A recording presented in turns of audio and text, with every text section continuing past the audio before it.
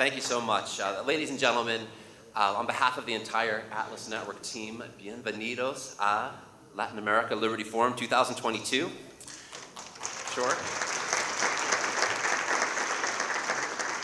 This is an exciting time to be working in the freedom movement.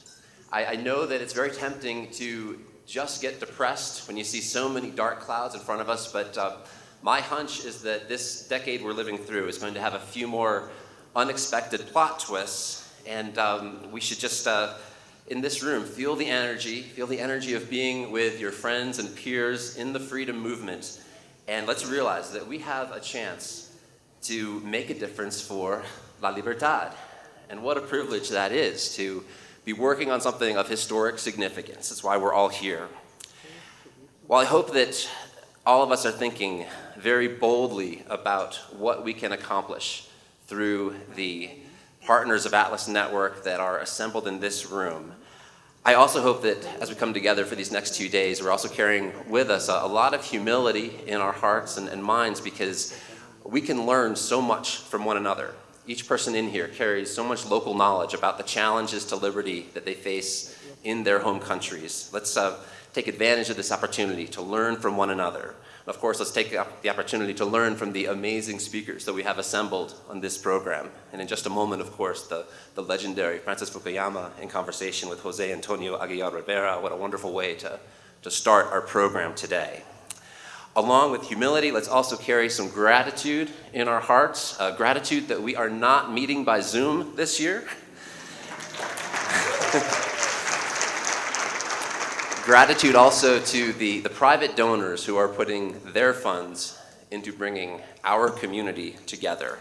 Among them, the Drake Foundation and our friend Nicholas Ibanez, the John Templeton Foundation, Smith Family Foundation, Freda Utley Foundation, the Templeton Religion Trust, Sarah Scaife Foundation, Thomas W. Smith Foundation, the Lilly Endowment, and especially our local ally, Centro Ricardo Pisalinas Pliego, which has been tremendously supportive in many ways, helping us put together Latin America Liberty Forum 2022. So muchas gracias to Ricardo and Fernando Espinosa and all of our friends at the center. Please, a round of applause for all of our sponsors.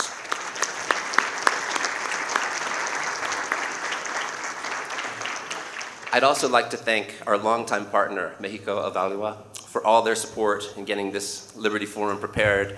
Mexico Evalúa represents a wonderful example here within Mexico of how principled research and determined advocacy can keep the ideas of liberty at the forefront of public policy conversations, even when they're out of favor with the powers that be. This, of course, takes courage and perseverance and wisdom, qualities that we very much associate with our friends at Mexico Evalúa, including their program coordinator, who's been collaborating with Atlas Network on our Index of Bureaucracy project this past year. She's here with some words of welcome for this international audience, which we are very proud to convene here in Mexico City. So a round of applause, please, for Ana Lilia Moreno.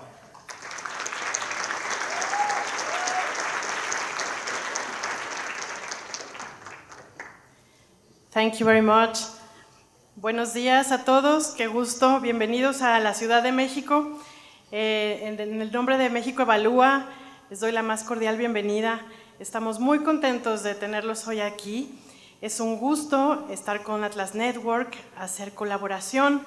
Estimados amigos, hoy en este Foro Libertad 2022 iremos recorriendo perspectivas, no solo para promover la libertad, sino para promover el desarrollo de la libertad. Decía Peter Drucker que un país solo puede funcionar con una economía de mercado sólida si cuenta con una sociedad civil dinámica. Y esto solo se ha logrado a cabalidad en países con instituciones fuertes y democracias maduras. Siguiendo a Husserl, entre la dinámica del Estado y del mercado, debemos encontrar el Lebenszeit, el milagro de la vida corriente. ¿Qué es esto? Dice el profesor de la Universidad de Notre Dame, Alasdair MacIntyre, las comunidades de virtud son el oxígeno que hace posible el milagro de esa vida corriente. ¿Frente a quién? Frente a los enemigos de la libertad. Y es esta lucha un juego constante. La sociedad civil organizada requiere ser un papel insustituible entre el Estado y el mercado. Una sociedad fuerte lleva a sociedades sanas. Iniciativas sociales sólidas son el remedio contra los totalitarismos de derechas y de izquierdas que amenazan las sociedades. Latinoamérica, México no son la excepción. Paul Johnson, un celebrado historiador británico, decía: los totalitarismos del siglo XX pudieron haberse evitado si hubiera habido más sociedad civil activa. Debemos impedir que estas historias, estas tragedias del siglo XX se repitan en el siglo XXI. Y esa es nuestra misión. Entre el Estado y el individuo, si no operan las comunidades intermedias, la balanza se inclinará por el exceso de poder de parte del Estado. Y es que gracias a instituciones civiles como las que Atlas Network promueve, es que se hace posible este entramado social que tanto necesitamos. Requerimos de mayor protagonismo de la sociedad civil para poder enfrentar a los enemigos de la libertad. Como dice Amartya Sen, somos un bien en nosotros mismos y nos reflejamos en la fortaleza de nuestras democracias. México lleva varios años con un golpeteo y un debilitamiento de la sociedad civil. Necesitamos promover el ejercicio de la libertad. Es una lucha incesante, a veces nos lleva al desaliento, pero no llegará al término si no nos unimos. Desde México Evalúa saludamos, abrazamos estas iniciativas como el Foro Libertad 2022 y esperamos que esta cooperación se mantenga y se consolide, porque tenemos una gran interrogante: ¿cómo debemos enfocarnos hacia el futuro? Cuando el mundo a veces parece que gira hacia los modelos que hipercentralizan el poder y merman las libertades de los ciudadanos. Debemos hacer evidente nuestros aprendizajes. Desde México hemos aprendido mucho de la apertura comercial, los tratados como el NAFTA o TEMEC, pero tantos más que tenemos firmados con el mundo, deben arrojarnos luz para seguir adelante. Debemos aprender también de experiencias como la de España, Chile, Corea, Taiwán, Singapur, incluso Hong Kong. No abandonemos a Hong Kong, que lucha hoy por su libertad. Es el desarrollo lo que nos permitirá seguir hacia adelante, pero antes que las operaciones materiales y financieras debemos de concentrarnos en la visión y el enfoque, y de esto trata este foro que hoy inauguramos. Desde México Evalúa estamos convencidos de que la visión debe cimentarse en la construcción de instituciones y en encontrar los medios para acelerar procesos de desarrollar mercados, complementar procesos productivos, generar economías de escala, pero sobre todo fortalecer también la transparencia y la rendición de cuentas en todos nuestros procesos de institucionalización política y económica. Debemos lograr construir entornos de certidumbre que motivan a abandonar la naturaleza arbitraria de la función gubernamental, poniendo al ciudadano siempre al centro del modelo. Por ello, como Peter Drucker decía, la mejor manera de predecir el futuro es crearlo, y para ello estamos hoy aquí, en el Foro Libertad 2022. Les presento un mensaje de nuestra directora, Edna Jaime, quien los saluda y dirigirá para ustedes un mensaje por video. Gracias. Por favor, si José, Antonio y Francis Fukuyama pueden acercarse acá al podio y tomar sus asientos. Bienvenidos todos a esta conversación que vamos a tener entre Francis Fukuyama y José Antonio Avelar. Mi nombre es Rómulo López, soy director financiero de Atlas y quería darles un par de recordatorios antes de introducir a nuestros ponentes. Antes que nada, hay traducción simultánea para este evento. Si aún no lo han hecho, afuera hay audífonos para hacer uso de eso, ¿no? And for those of you who speaks English and perhaps might want to listen to a question in Spanish, I mean, there's also simultaneous translation for you as well.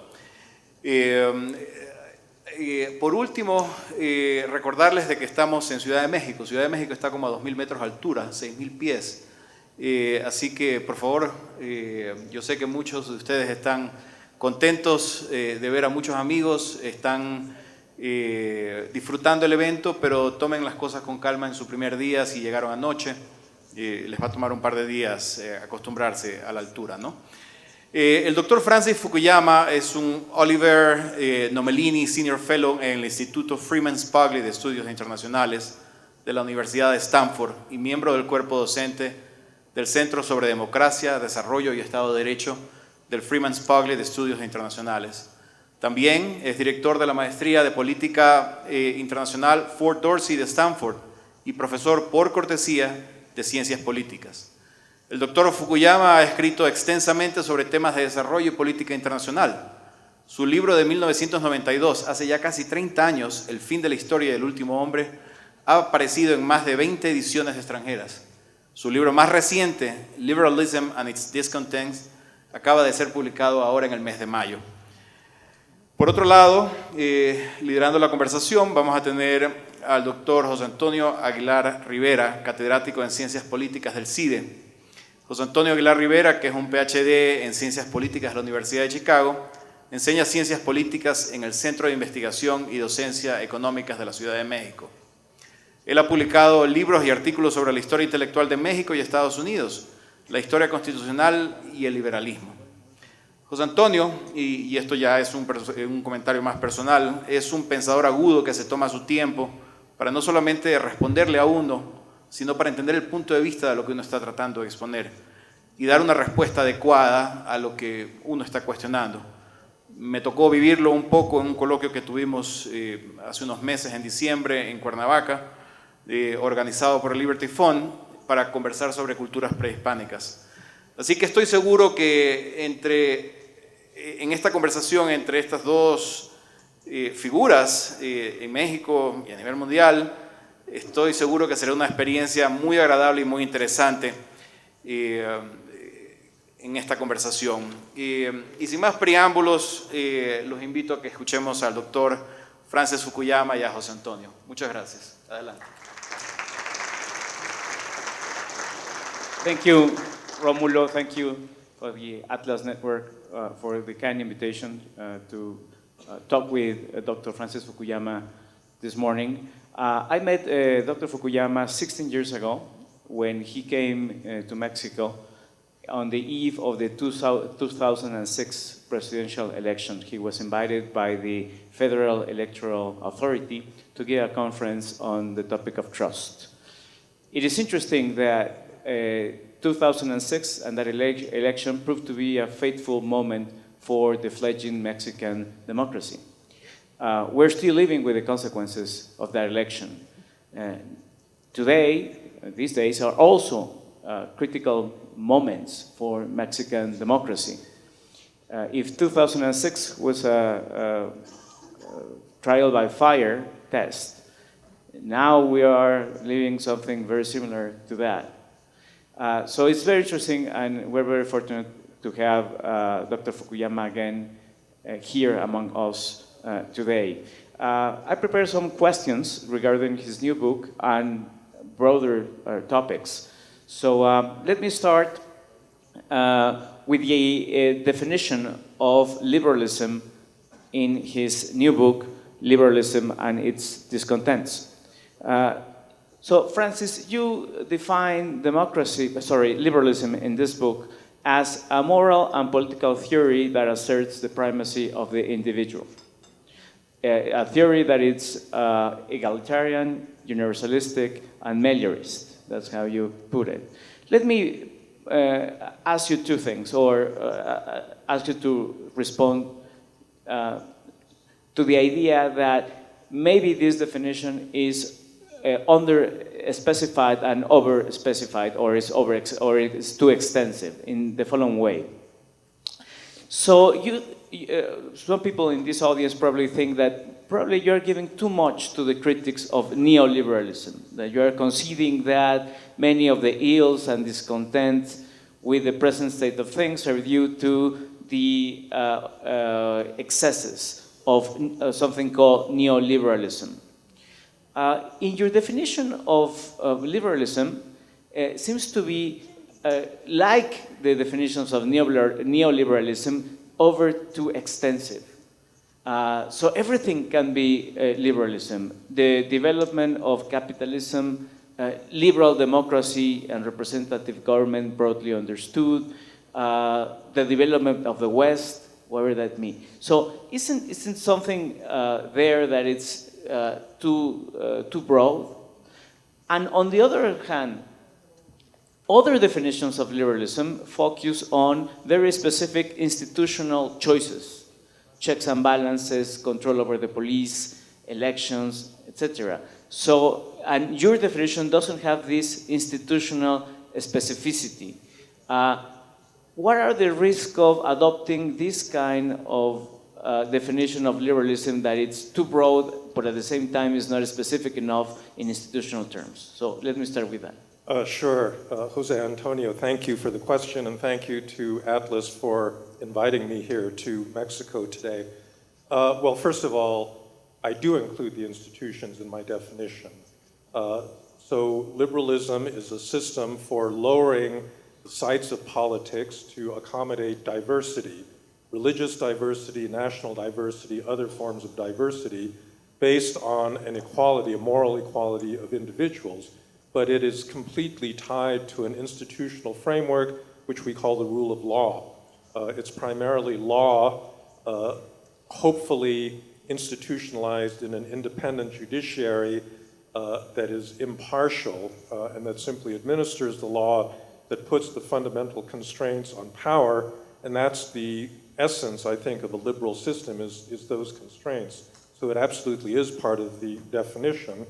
I think that there's other things that are tied to the liberal tradition, a certain cognitive approach that we call modern natural science, that believes that there is an objective world beyond our subjective consciousnesses and that we can understand it through the experimental method and then go on to manipulate it through the application of science in technology.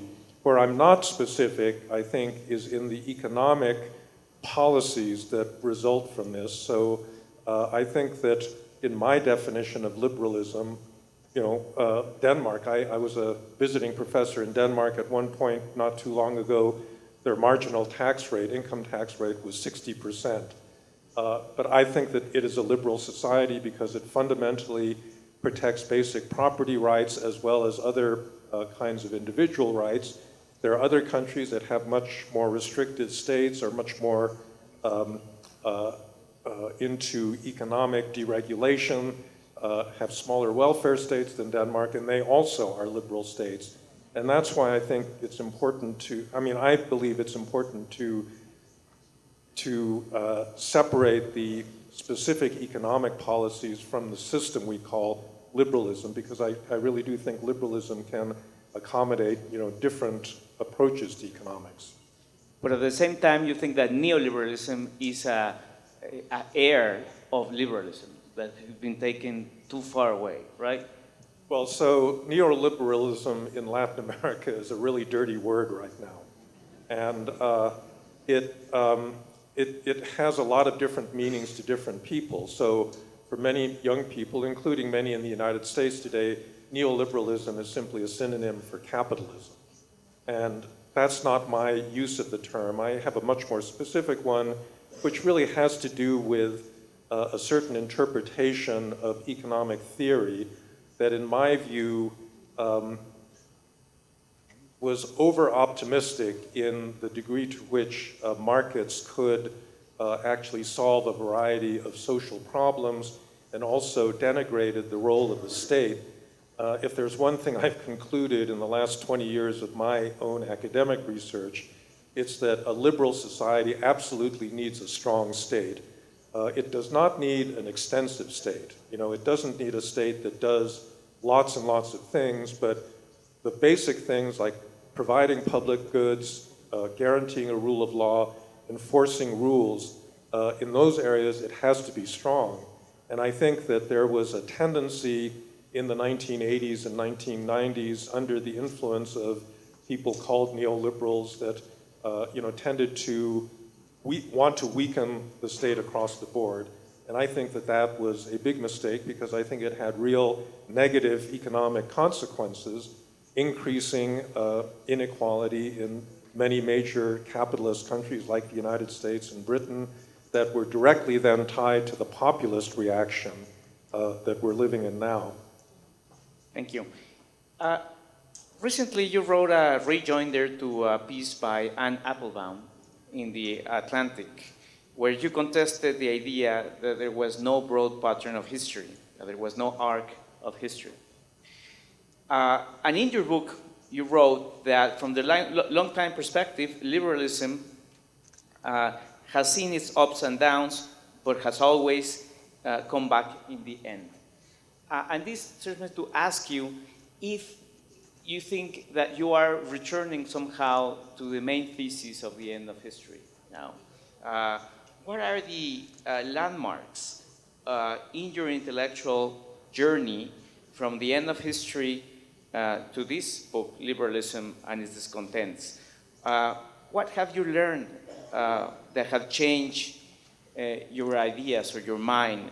Have any foundational beliefs that you had in 1992, 1989 has changed since, and if so, why? And again, are you arriving at the departure point today?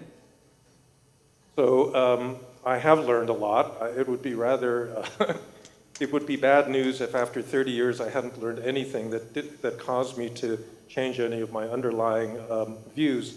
So I wrote a 2-volume set of books on political order in the early 2010s, which in a way was my effort to rewrite the end of history. And there are 2 things that are new in that account that were not in the original End of History in the Last Man. The first really has to do with the idea of the modern state. A modern state, as opposed to a patrimonial or a traditional state, is one that is impersonal, that treats citizens not as friends and associates of whoever holds power at the particular moment, but treats citizens on an impartial basis. And the one thing I did not understand back in 1991 is how difficult it is to get to that kind of modern state. Getting to democracy is actually quite easy. We have a whole, in fact, international mechanism for monitoring elections and holding them. And that's actually, of the major institutions underpinning a liberal democracy, that's probably the easiest to put in place. But a state that can enforce laws on an impartial basis without corruption, that backs a rule of law that is applied impartially, that is extremely difficult. It's difficult because in a way it goes against human nature, because in that kind of modern state, you have to choose somebody that's qualified over your cousin or your father-in-law, for the position. It's our natural desire to want to reward friends and family, and in a modern state, we can't do this. We have to make decisions based on impersonal criteria. So that was issue 1. The second one is intensely troubling right now in the United States, which is the question of political decay. Because at the time I wrote The End of History, I didn't think that countries could go backwards once they became quote-unquote consolidated democracies. And they obviously can. And in fact, the capture of modern states by particular groups has been a persistent pattern in history. And I'm afraid, in the United States, that's happened in terms of, large economic interests that basically use their lobbying power to distort democratic decision-making. But there's also deinstitutionalization. So we've been suffering from a weakening and serious threats to our liberal and democratic institutions in the United States, to the point that we are at I think, a moment of significant crisis. Thank you. Do you think that you had a faith in liberalism? Does that faith in 1999, has it waned? Because in the piece, the rejoinder to Applebaum, a faith transpired in progress, even though that you're now saying that you now understand that you can go backwards. There still seems to be this faith entrenched in your writing on liberalism. Is that right? No, that's absolutely true. So I have the luxury as an academic of taking an extremely long-term view. So liberalism really began in the middle of the 17th century after the European wars of religion. Europeans had been killing each other for the previous 150 years. In the 30 Years' War, in the first half of that century, maybe a third of the population of Central Europe died as a result of the war. And the early liberals said, maybe we shouldn't be fighting over these visions of the good life. Maybe we should just secure life itself and let people make their own decisions about what religious faith to follow. And that was really the origin of the entire doctrine. That worked to stabilize Europe at that point, but then in the 19th century, you had the growth of aggressive nationalism that then led to 2 world wars. And in 1945, again, people looked up out of their bombed buildings and said, well, maybe we ought to have a liberal system in which we're not fighting over these intolerant views of national identity. And that was the origin of the European Union and the global liberal international order that sprang up after that. And I think we go through these cycles where we establish liberal institutions, we get prolonged periods of peace and prosperity, and then we get complacent. And I think we basically had this liberal world for the last 70 years with the fall of communism. The last systematic dictatorships mostly got wiped away. And I think, for the current generation, they've neither lived in a conflictual world nor one in which they had to deal with dictatorships, and now they're coming back. And in that respect, I think we may have to, unfortunately, go through a cycle. And right now, I think we are in the middle of a big reversal that's epitomized by Putin's invasion of Ukraine. Putin attacked liberalism as an obsolete doctrine in 2019. He has an absolutely illiberal system, and he is at the center of a network of illiberal forces all over the world, that stretches to Syria, Iran, Venezuela, Nicaragua, every country that really wants to establish a centralized dictatorship is part of this larger project that he has to build solidarity. The other big partner with this is China. So it's a big, anti-liberal force that we're facing right now. But I think that the Ukraine war has been important in reminding people what the consequences of living in an illiberal society are, in which there are no rights, there's no respect, and there's no constraints on the government. And that's a lesson I hope that younger people will take away as to maybe the memory of why it's better to live in a liberal society than in a dictatorship. Thank you. That's interesting because you close your book with a call to moderation, but at the same time, to a call to arms, to take up arms. And what you just said a minute ago seems to be that. Liberals have to stand up and fight, but at the same time, you think that moderation is critical. How can you explain, is this a paradox? How can you explain these two things? Well, moderation, as I use it, really refers to the way that we apply different kinds of principles. So, if we say that individual autonomy is important, it doesn't mean that autonomy in all areas of life is even better. But I think that when you are faced with a life and death struggle over those basic principles, over whether you can exercise that autonomy, then you have to fight back. And I don't think that that's immoderate, that's just realistic. And right now, I think we are facing these kinds of threats all over the world.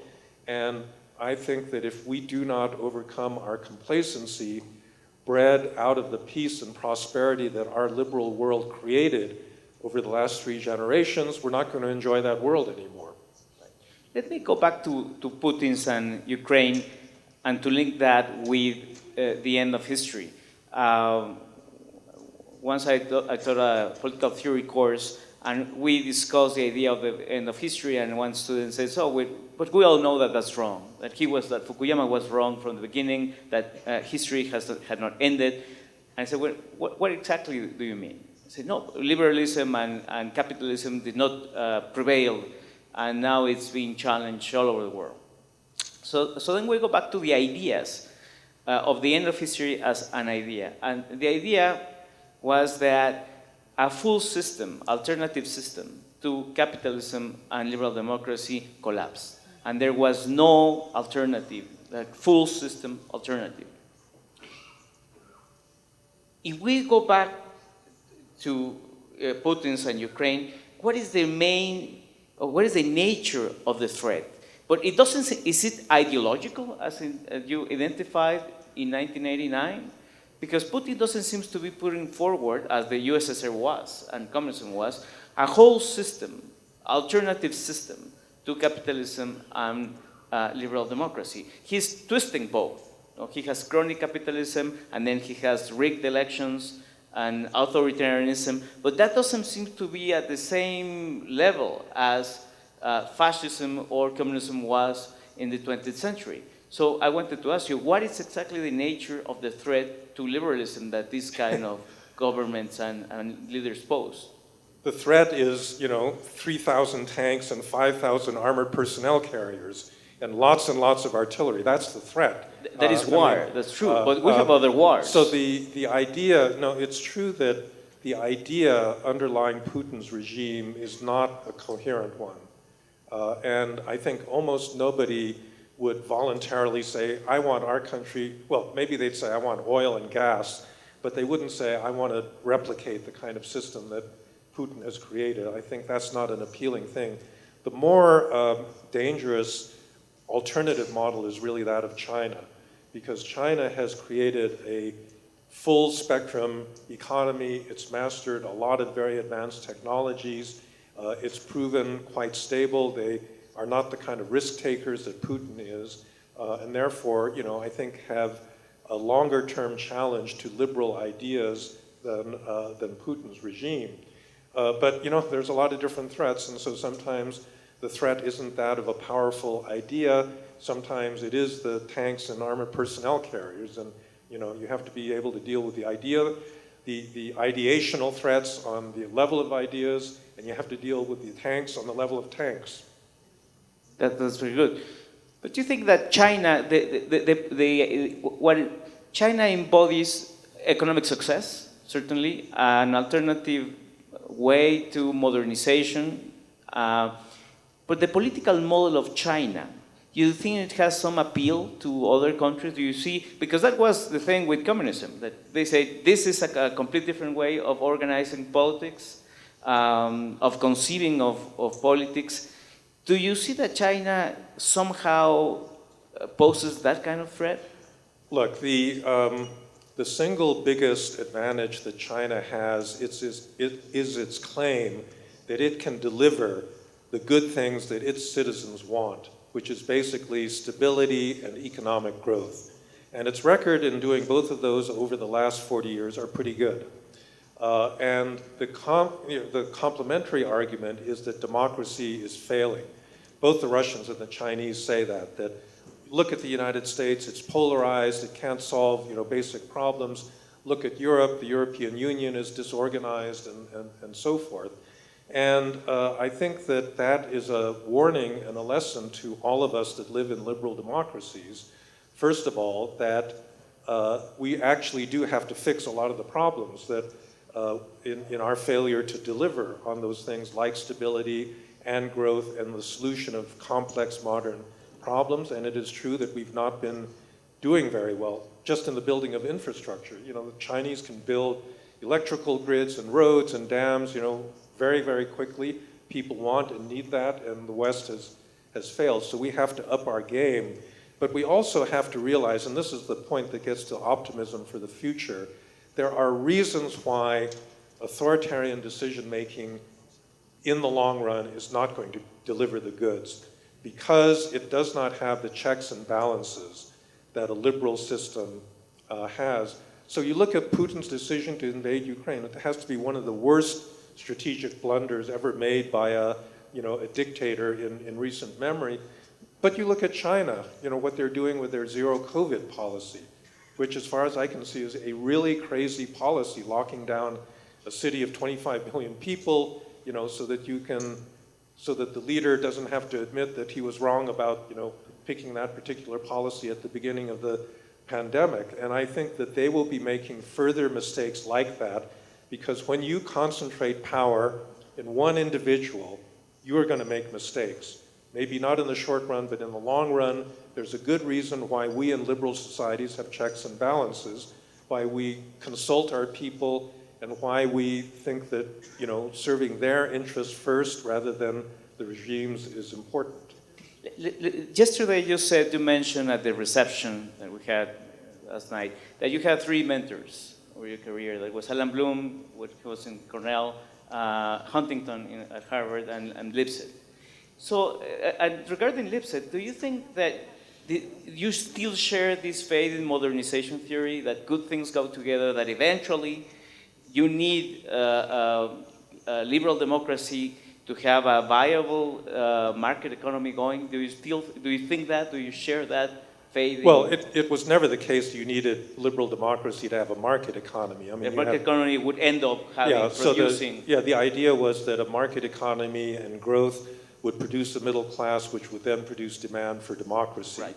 And the Chinese are proving that wrong, unfortunately. Maybe not in the really long term, but certainly there does not seem to be a lot of middle class demand for greater democracy in China right now. So I would say that aspect of the theory doesn't look very strong. The part that I really got from Lipset is his writing about American exceptionalism, why the United States, compared to other developed countries, is an outlier and very weird in many respects. And that part, I think, is absolutely correct. Last question, thank you very much. What are the implications of your argument in your book for countries such as Mexico? There are weak, fledgling democracies. So I would say the answer is simple: institutions, institutions, institutions, right? That you've got a very big state in Mexico, it does too much stuff, but the important things that it should be doing, like providing security for citizens, property rights, a strong judicial system that allow people to trust one another, even if they're not, relatives or friends, all of that is very weak. And I think that Mexico is not going to be able to get to, the next stage in its development unless it makes major investments in institutions. Unfortunately, I think in recent years you've been going backwards, and that, I think, is a problem for virtually every other country in Latin America. Thank you very much, Francis Fukuyama. Extraordinary conversation.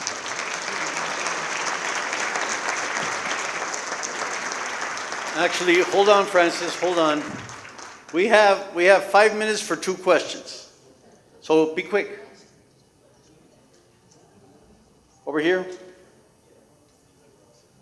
Carlos Maure and Ken. Thank you for that wonderful talk. And I wanted to ask you, you mentioned at the beginning that the state should take care of inequality. It should address economic differences and therefore fix inequality.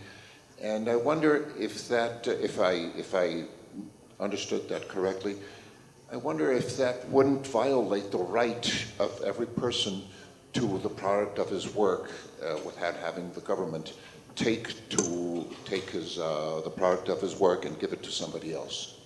Thank you. So I don't think that the state can ever guarantee equality of outcome. It's simply impossible, just given the differences in human capabilities and backgrounds and so forth.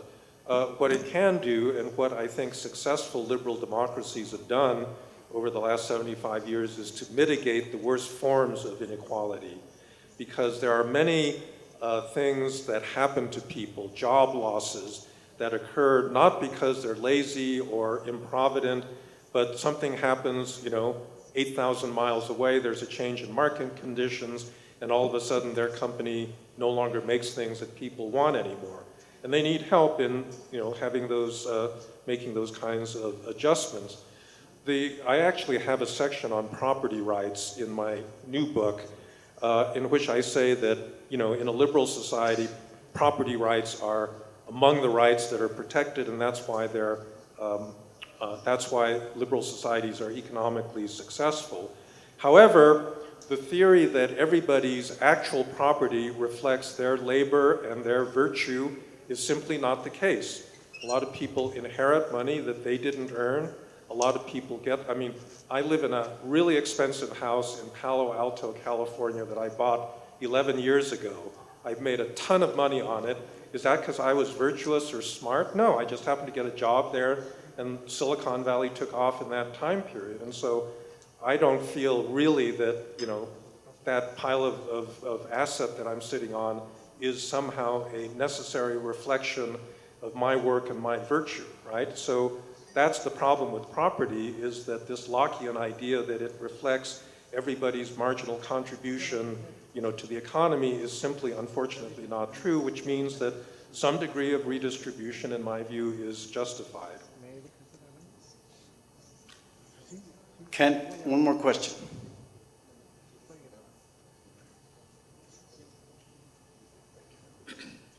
Thank you both. Professor, could you comment with specifics on the advice you would give to national policymakers throughout the Western Hemisphere about direct foreign investment from China, specifically things like long-term contracts for soybeans? They don't obviate other liberal institutions, but they do bring this authoritarian government into the backyard.